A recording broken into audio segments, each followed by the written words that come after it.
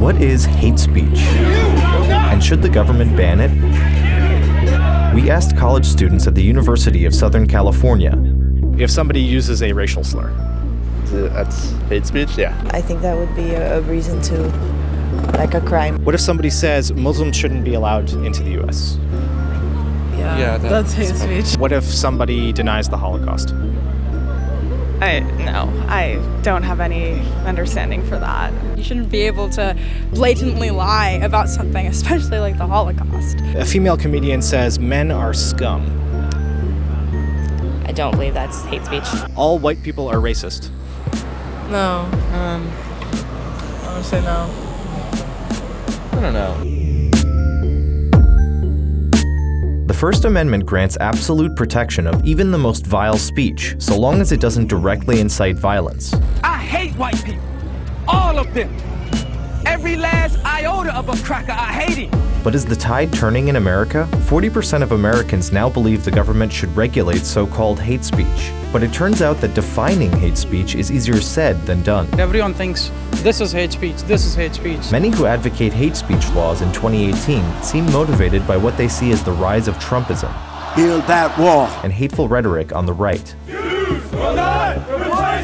And college campuses have become the epicenter of the free speech debate, with incidents of college students shouting down and even physically attacking controversial speakers becoming an increasingly common occurrence. So we talked to students at the University of Southern California about free speech and hate speech. One common refrain on campus is that hateful speech is actually equivalent to violence. Do you think hate speech by itself is an act of violence? I do. Yes. You know? Your words can't physically harm someone. I think violence is more than physical, it's emotional, psychological. If hate speech is violence, maybe it makes sense to regulate it like Canada, Australia, and most of Europe do. Many of the students we spoke to seemed open to the idea. I think if people could understand the power of words, then maybe hate speech as violence could help us have restrictions that are not damaging or that could stop at a certain place. Those kind of opinions are better said, left unsaid, because it just incites violence and hatred among everyone, you know. Are you in favor of regulations that would stop people from doing that or that would make that a crime? Yeah.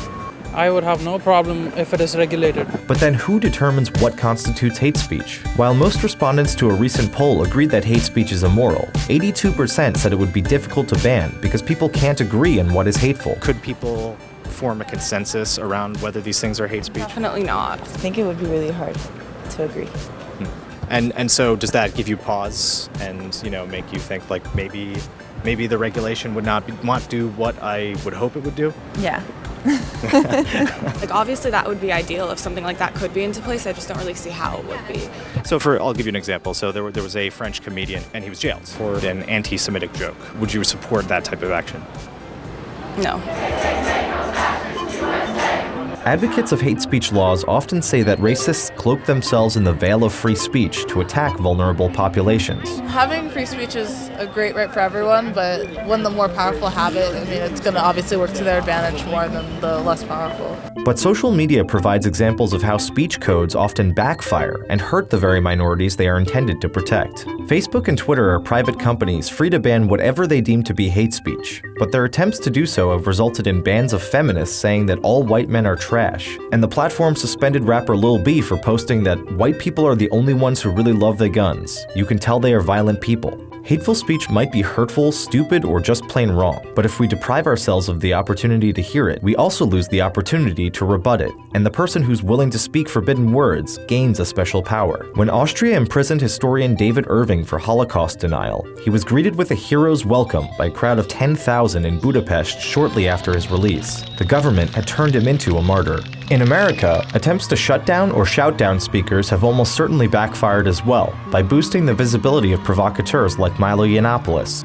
They're bringing drugs, they're bringing crime, they're rapists, and some, I assume, are good people. Trump saying any of these things should definitely be regulated because he has so much influence in him saying these in speeches and stuff. Trump saying things about minorities like Hispanics and women and Muslims. Does it concern you that if the government is the one that's regulating these things, that people like Trump would be the one deciding what is protected speech and what is not? Yeah, of course, that's another concern.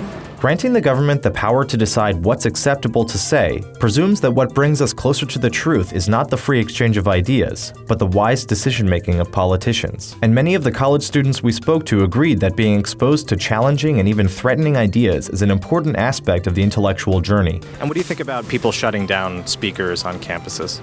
I don't like that at all. Honestly, I follow a lot of what goes on at Berkeley, where they like protest and not have these far-right speakers come. I think that's dangerous, to be perfectly honest. Here at USC and on college campuses, it's important that we hear everything we possibly can, whether that be something that we don't like or something that rubs us the wrong way. I think it's important that we hear it because we're going to go out into the world and we're going to hear it there, and it's important that we're able to hear it here and form our own opinions and our own ideas.